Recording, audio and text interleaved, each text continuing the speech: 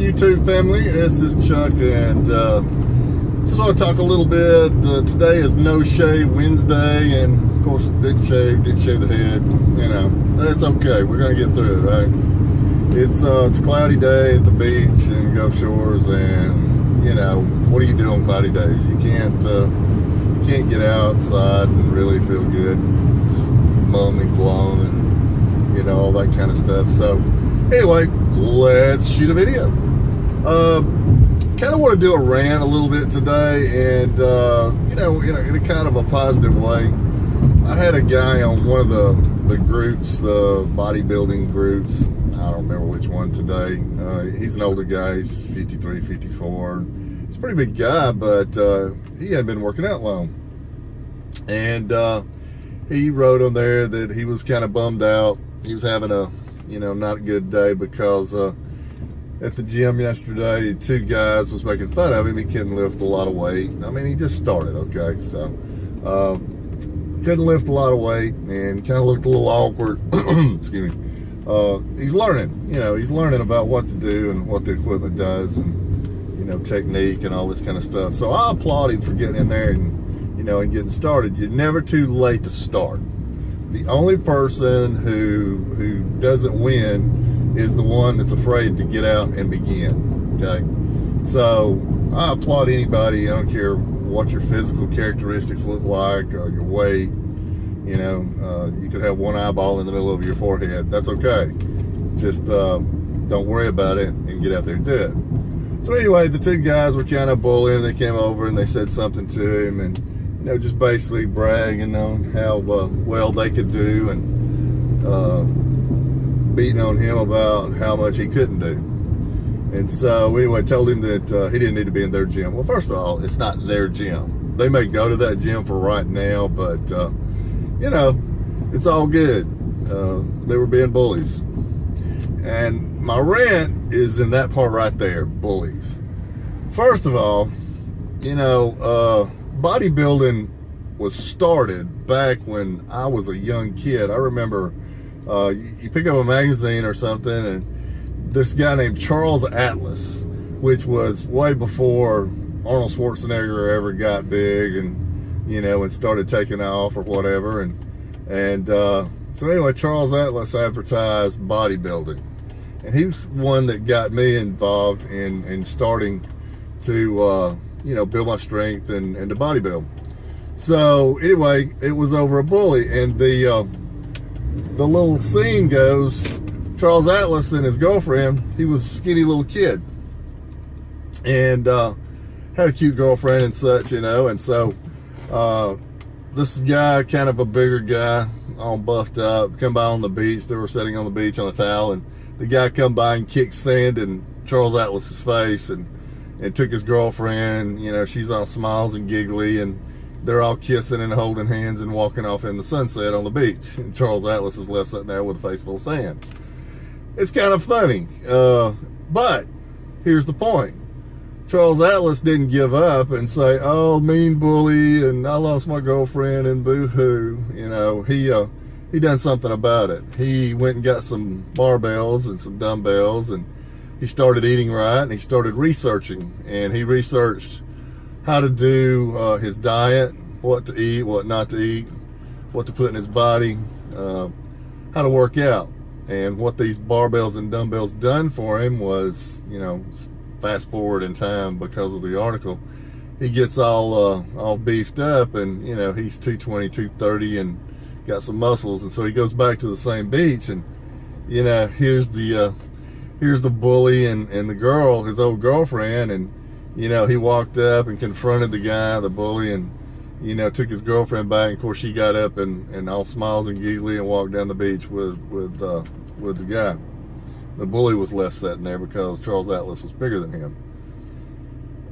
Is that really happening in life? I mean, who knows? Maybe, maybe not. But the point is, I mean, you could live in a bubble, wrap yourself up in bubble wrap, and you know, boo-hoo and bah humbug about bullies. They don't need to be bullies and all this. You know, cry me a handful. If you can make life perfect and this utopia of nothing ever happens bad in my world, then hey, good for you. But that's not real life. You know, that's not. And for somebody to constantly be griping and complaining about bully this and bully that, and you want to get rid of bullies, you yourself have become a couch bully. You know, you get on a computer and you talk about bullyism and how bad it is and how you want to obliterate it and you want to put down bullies. You yourself are being a different type of bullies to others who, you know, they have a function in life. I mean, believe it or not, and listen to me here, because I know a lot of you are sitting out there goes, no, you're wrong, Chuck. Bully's a bad thing. Bullyism needs to be done away with. Okay, well, tell me one thing when you were younger in your life that you didn't improve yourself on because somebody else was better than you. Tell me one. Just one thing. Tell me how, because someone bragged about something they could do and you wanted to be that point, you wanted to be better than you are at that time, and so you become better because it gives you drive. And that's the key to life, is drive. Somebody or something making you better than you were yesterday, today. Bullies do that. I mean, okay, they might hurt your little feelings, but you know what? Get your feelings off of your chest and put them in your back pocket where they should be, and use it as a learning tool and a building tool, and let it drive you to become better than the bully, better than the guy who's laughing at you because you're not as strong as him, or some chick is better looking. Well, that chick probably spends 20 hours a week more in the bathroom putting on makeup and learning how to do stuff so that she has that exposure than you do. You're probably sitting on your ass eating Cheetos and bitching and griping on Facebook or on YouTube about how nobody likes you. Do something to be liked. I mean, it's simple. It's not rocket science. And if this chick that, you know, everybody wants to go out with and everybody wants to be like is making you have a bad day, then get the hell over it, you know? Do something about it. Work on yourself. Work on you. Become better than who you are. Use this person as a roadmap to get better than, but you know what? In the end, you're really wanting to become better you than you were yesterday. And there's the whole key, is you're in competition with nobody else but yourself. But you've got to have something to look forward to. If there wasn't any supermodels, you know, little girls wouldn't grow up and want to be pretty. They wouldn't care. They'd, you know, dress in sweatpants every day and, you know, weigh 350 pounds and eat Cheetos. If that's what you want to be, then by all means, you know, knock yourself out, and that's who you are. But if that's who you are, be proud of who you are, because you've made that person. You've made that. You know, you can't blame anybody but you. And your words, while they can hurt people's feelings, you know, they hurt yourself a lot more. So instead of bitching and whining about who you are, let that drive you to be better. Go to the gym. Find somebody in the gym that you can talk to and become friends with that knows what the hell they're doing, and make you a better person because you are putting effort into it. And anything in life that you get is because you put effort into it and you've become better. And that's the whole problem I see with this generation, is they don't care what they look like. They don't care what they act like. They don't care. They have no morals, no ethics. They have no discipline whatsoever. All they have is a keyboard, a cell phone, and a lot of griping and complaining about everybody and everything. So don't be that person. Don't be that person. Go to the gym and work out. Start eating right. Become better. Get better looking. It's not that you're ugly. It's that what you put, the effort that you put into yourself is so low. You've set the bar so low that you've made yourself into who you are. And you can change that.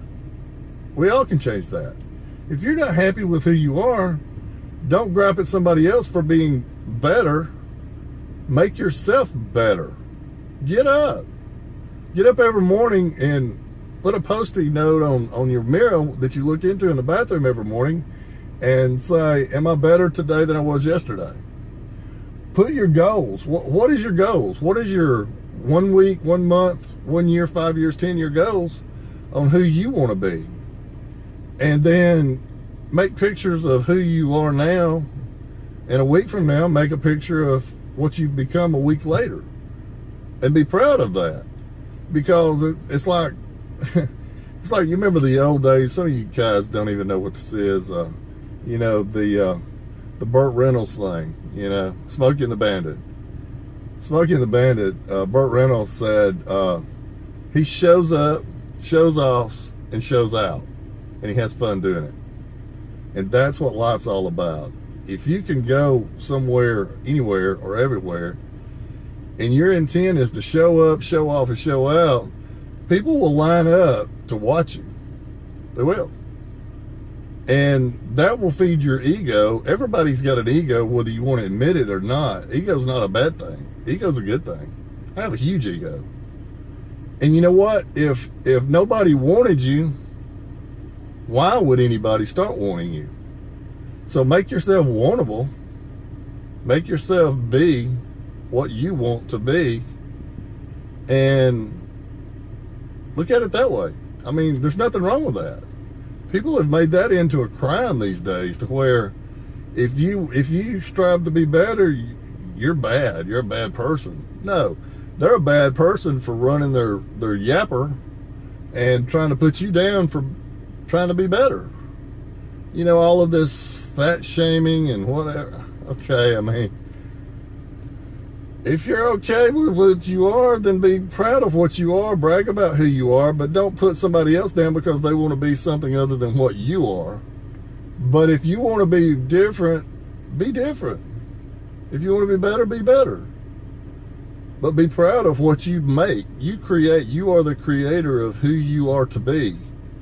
And your life is going to revolve around that person that you make yourself into. So be all you can be, you know. The old army thing that used to be on TV. Be all you can be, you know. So to the guy, you know, at the gym, the older guy, it took how many years to get the way you are? It's not going to be an overnight change, but that's okay. The journey is half the fun. When you go to the gym every day, don't worry about some young guy talking about you not lifting the weight right. It's okay. Use it to drive you to learn how to lift the weight better. Learn to squeeze the muscle. Learn to eat the right kind of foods, and learn to track your calories and your macros, and you'll get there. I promise you. And then these same young guys will come up to you one day and go, damn, dude, you're how old? And you're kicking my butt every day in the gym? Man, total respect. Total respect. Because people will respect. They may not come up and tell you all the time because they're ashamed of who they are. But you'll have people that'll come up and they'll give you respect because you earned that respect. You don't get respect just because you're older or just because you're, you know, somewhere in life, you have more money, you have more. If you want more money, have the drive to get that money. Go get it. You can get it. You can make it. Be around people who's successful, you become successful because they drive you. So that's my rant for the day. And, you know, get in a gym somewhere and become part of the gym. Don't just go to the gym. Be better than you were yesterday, and be better tomorrow than you are today. And you keep that going and track your progress, and, you know, post it. Post it on Facebook about how you used to be this way, but now you're better. All right. Peace out, folks, and lift heavy.